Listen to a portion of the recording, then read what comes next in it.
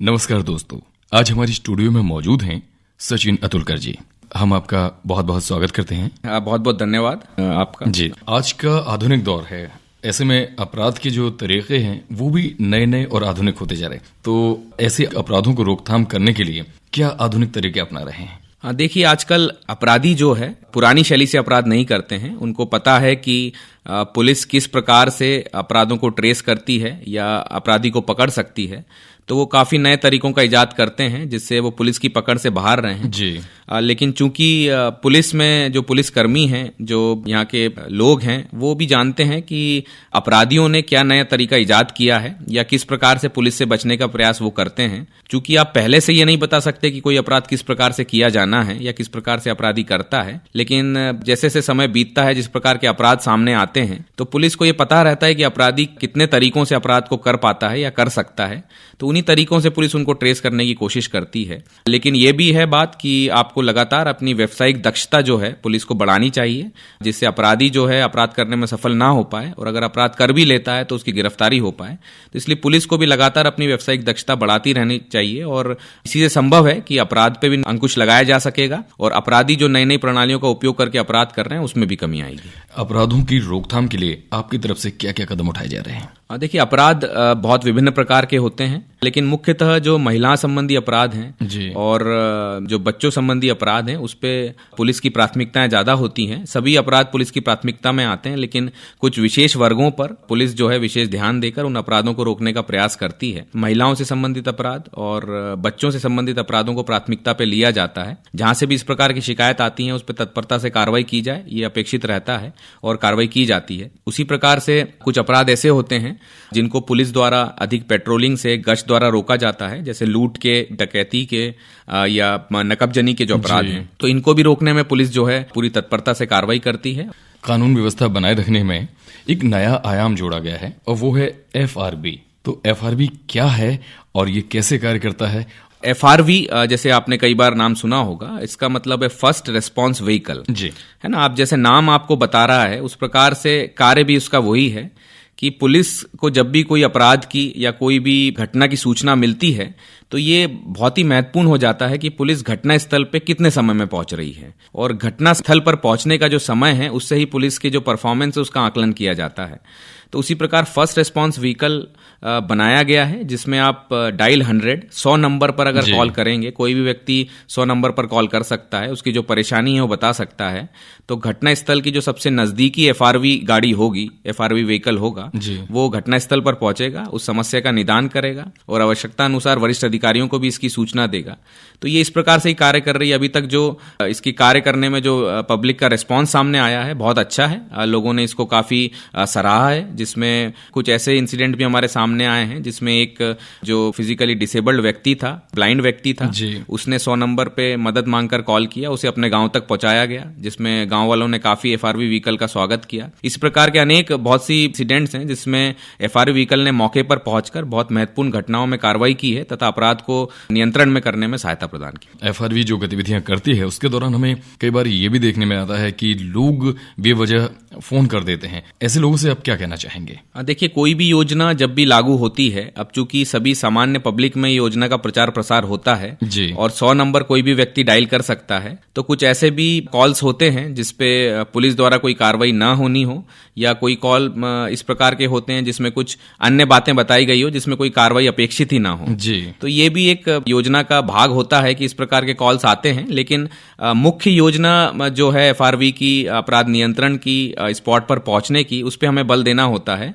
कुछ कॉल्स होते हैं जिसमें अनावश्यक समय जो है व्यर्थ होता है, तो इस पे भी कार्रवाई की जाती है। अगर कोई व्यक्ति गलत सूचना देता है या ऐसी कोई फोन कॉल करता है जिससे समय व्यर्थ होता है, तो वो भी पुलिस उन पे भी कार्रवाई करती है कि गलत सूचनाएं ना दी जाएं। और पब्लिक से भी बेसिकली अपील यही है कि अगर इस प्रकार की कोई सुविधा पब्लिक को और पुलिस के पास है तो उसका सदुपयोग किया जाए, और अनावश्यक अगर आप कॉल करेंगे तो उससे पुलिस का समय भी व्यर्थ होता है, और जो जरूरतमंद व्यक्ति है उसके पास भी जो कॉल पे पहुंचने से देरी हो सकती है। तो अपील यही है पब्लिक से कि अगर इस प्रकार की योजनाएं जब भी लागू होती हैं तो उसका सदुपयोग किया जाए। थोड़ा सा हमें खेल परिसर के बारे में बताएं, ये कैसे कार्य करता है और इसके क्या ड्यूटीज हैं हमारे जनता के लिए और लोगों के प्रति? राज्य स्तर पर आपको जानकारी होगी कि खेल एवं युवक कल्याण विभाग जो है उसके अंतर्गत जो जिलों में खेल विभाग है वो संचालित होता है, और जिले के जो खेल विभाग है उसमें महत्वपूर्ण जिस भवन से इसका संचालन किया जाता है वो खेल परिसर कहलाता है जी। खेल परिसर में आप देखेंगे जैसे कि नाम भी आपको बताता है कि खेलों से जुड़ा हुआ एक भवन है जिसमें जो है आप विभिन्न खेलों को जोड़ सकते हैं, इंडोर हो चाहे आउटडोर हो। इसमें खेल विभाग के कार्यालय भी इसमें सम्मिलित रहते हैं। तो यहाँ पर आप देखेंगे खेल परिसर में विभिन्न खेल जैसे मार्शल आर्ट्स जो है, टाइक्वांडो है, टेबल टेनिस है, बैडमिंटन है और जिम्नेजियम है, ये सभी यहाँ के खेल परिसर में बने हुए हैं। खिलाड़ी यहाँ पर रोज प्रैक्टिस भी करते हैं और खिलाड़ियों ने यहाँ पे जो परफॉर्मेंस किया है राज्य स्तर पर, राष्ट्रीय स्तर पर भी किया है। खेल परिसर का काफी योगदान है और खेल परिसर के साथ ही जो मैदान आउटडोर खेलों के लिए होते हैं वो भी जुड़े होते हैं। काफी बड़े मैदान हैं जिस पर आउटडोर गेम्स की प्रैक्टिस भी खिलाड़ी करते हैं या कोई भी खेल स्पर्धा का आयोजन होता है वो भी उन मैदानों में होता है। फैसिलिटी है खिलाड़ियों के लिए और खिलाड़ी काफी अच्छा यहाँ पर परफॉर्मेंस भी देते हैं। शुल्क वगैरह की कोई ऐसी अड़चन तो नहीं लोगों में आती? देखिए, शासकीय विभागों का जो भी योजनाएं चलती हैं या जो भी क्रियाकलाप होते हैं उसमें ये ध्यान रखा जाता है कि सभी वर्ग के लोग इसमें जो है जुड़ पाएं, पार्टिसिपेट कर पाएं। उसी तरह से खेल विभाग भी जो है अपनी जो योजनाएं हैं उसमें सभी लोगों का ध्यान रखता है। जिनकी पेइंग कैपेसिटी ज़्यादा नहीं है उनको भी ध्यान में रखना पड़ता है। आप जैसे जानते हैं कि आजकल जो प्राइवेट फिटनेस सेंटर हैं या खेलों के जहाँ पर आयोजन होते हैं उनकी जो राशि है फीस की काफ़ी अधिक होती है। उनकी तुलना में खेल परिसर में जो खेलों का संचालन होता है, क्योंकि कुछ तो राशि अवश्य व्यय होती है उनके मेंटेनेंस में, जो राशि ली जाती है वहाँ पे आने वाले लोगों से, लेकिन तुलनात्मक रूप से वह काफ़ी कम होती है। और दूसरा, जो खिलाड़ी खेलों से जुड़े होते हैं या जिनका परफॉर्मेंस लेवल जिला स्तर पे, राज्य स्तर पे या राष्ट्रीय स्तर पे होता है, उन्हें निःशुल्क भी सुविधाएं दी जाती हैं तथा खिलाड़ियों के प्रोत्साहन के लिए भी उन्हें जो इक्विपमेंट्स होते हैं वो दिए जाते हैं। और इसी प्रकार खेल परिसर से जो भी संचालित योजनाएं हैं उसमें अवश्य ही प्राइवेट जो प्लेयर्स हैं उनकी तुलना में काफी कम राशि ली जाती है। खेल परिसर में किस प्रकार के सुधारों को आपने अपनाया और क्या क्या सुधार हुए? देखिए, जैसे पुलिस विभाग खेल विभाग को भी देखता है और पुलिस अधीक्षक के नाते खेल विभाग का जो सुपरविजन था वो मेरे पास था। तो सबसे पहले ये देखा जाता है किस प्रकार की खेलों में खिलाड़ियों की रुचि है और उसके अनुसार ही कार्रवाई की जाती है। व्यक्तिगत रूप से मेरी रुचि व्यायाम में है, तो वहाँ पर सबसे पहले मैंने देखा कि व्यायाम के लिए कोई विशेष जो जगह का रिक्वायरमेंट होता है कि नहीं, तो वहाँ पे काफ़ी बड़ी जगह है। तो सबसे पहले ये महसूस किया गया कि खिलाड़ी कोई भी खेल के हों, उन्हें एक्सरसाइज फिटनेस सेंटर की आवश्यकता होती है। खेलों की प्रैक्टिस तो वो करते ही हैं, लेकिन इसके साथ में अपने जो फिटनेस को मेंटेन करने के लिए जिम्नेजियम का प्रयोग करते हैं। तो सर्वप्रथम जिम्नेजियम से ही स्टार्ट किया गया, जिसमें जन सहयोग के माध्यम से और खेल विभाग के माध्यम से कुछ आधुनिक मशीनें बुलवाई गई हैं जिनका उपयोग सभी खिलाड़ी कर सकते हैं।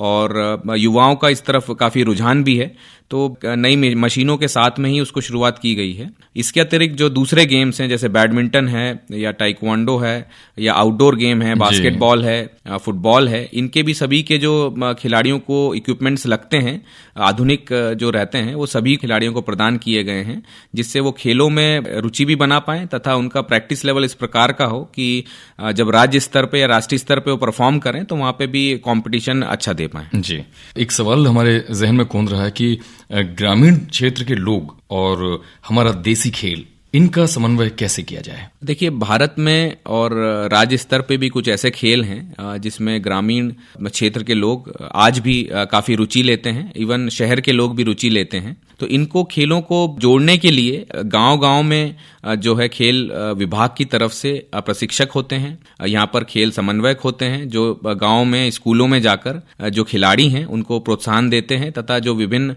स्पर्धाएं आयोजित होती हैं जिला स्तर पे उनको बुलाया जाता है। वर्तमान में भी काफी ऐसी योजनाएं हैं जिसमें समस्त जिला के जो लोग हैं, ग्रामीण क्षेत्रों के जो लोग हैं, उनको भी जिला स्तर पे बुलाया जाता है और जिन खेलों में वे रुचि रखते हैं वो खेलों में पार्टिसिपेट कराया जाता है। और इसी प्रकार पूरे जिले में ऐसा नेटवर्किंग बनाया जाता है कि कोई भी खिलाड़ी जो अच्छा है और किसी खेल में रुचि रखता है और वो ट्रेडिशनल हो सकता है, भारत के खेल हो उसमें रुचि रखता है, तो उन सभी खेलों को सम्मिलित करके उसको जिला स्तर पे, राज्य स्तर पे तथा राष्ट्रीय स्तर पे परफॉर्मेंस करने का मौका दिया जाता है, जिससे जो भी प्रतिभावान खिलाड़ी हो वो आगे आ सके। और लगातार ये कोशिश कोशिश भी रहती है कि ग्रामीण अंचल में भी जाकर जो खेल विभाग के कर्मचारी हैं और जो अन्य प्रशासनिक अधिकारी हैं वो भी ऐसी जो प्रतिभाएं हैं उनको आइडेंटिफाई करें और ऐसा आयोजन किया जाए जिससे जो ग्रामीण क्षेत्रों के खिलाड़ी हैं ऊपर लेवल पे आ सकें तथा परफॉर्मेंस करें।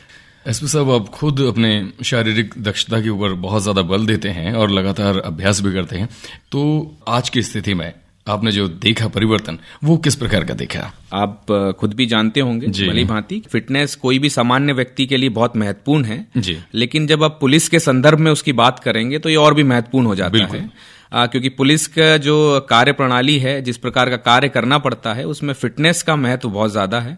आप जैसे देखते हैं कि आउटडोर ड्यूटी पुलिस की बहुत ज्यादा होती है, जो कार्य करने के घंटे हैं वो भी ज्यादा होते हैं और तनाव पूर्ण परिस्थितियों में कार्य करना पड़ता है, जो खान पान रहता है वो भी समय से नहीं मिल पाता है। तो इन सबको देखते हुए अगर पुलिस फिट नहीं है तो वो अपने कार्य करने में उतनी सक्षम नहीं हो पाती है। इस कारण से इसमें जो है रुचि लेते हुए कोशिश की गई है कि जो पुलिसकर्मी हैं वो भी इस तरफ फिटनेस से जुड़ें, उनकी खान पान की जो व्यवस्था है उसमें सुधार आए और उनको जो बीमारियां कुछ एक निश्चित आयु के बाद होने लगती हैं, जैसे ब्लड शुगर है, हाइपरटेंशन है, उसको भी कमी लाई जाए उसमें। और इसके अतिरिक्त भी हम समय समय पर मेडिकल चेकअप भी कराते हैं जो डॉक्टर्स हैं उनसे, कि पुलिसकर्मी किस प्रकार की बीमारियों से ग्रसित हैं, जिससे उनको और भी जो है अपनी बीमारी के बारे में पता चले और उसको वो निजात पाएं उन बीमारियों से। फिटनेस के बारे में पुलिसकर्मी में रुचि देखने को मिल रही है। आप सभी जगह देखेंगे, केवल सागर में ही नहीं, आप दूसरे जिलों में भी और भोपाल में भी देखेंगे तो फिटनेस के प्रति सामान्य वर्ग का रुझान तो है ही, उसके साथ पुलिसकर्मियों का भी रुझान बढ़ रहा है। और अगर पुलिस फिट रहेगी तो उसकी कार्यशैली भी फिट रहती है और अपने कार्य में जिस प्रकार की परिस्थितियों में वे कार्य करती है उसमें अच्छा परफॉर्म करने की दक्षता भी रखती है। तो एक महत्वपूर्ण विषय है पुलिस फिटनेस का, जिसमें अभी तो कार्य चल ही रहा है और आगे जाकर उम्मीद है कि और भी पुलिसकर्मी इससे जुड़ेंगे तथा पुलिस का जो परफॉर्मेंस लेवल है वो और भी बेहतर होगा। एसपी साहब, चलते चलते आप हमारे जिले की जनता से कुछ कहना चाहेंगे? जनता से यही अपील है कि स्वस्थ रहें, फिजिकल फिटनेस से जुड़ें और आपको जो रोग हो रहे हैं उसमें कमी आए, स्वस्थ रहें।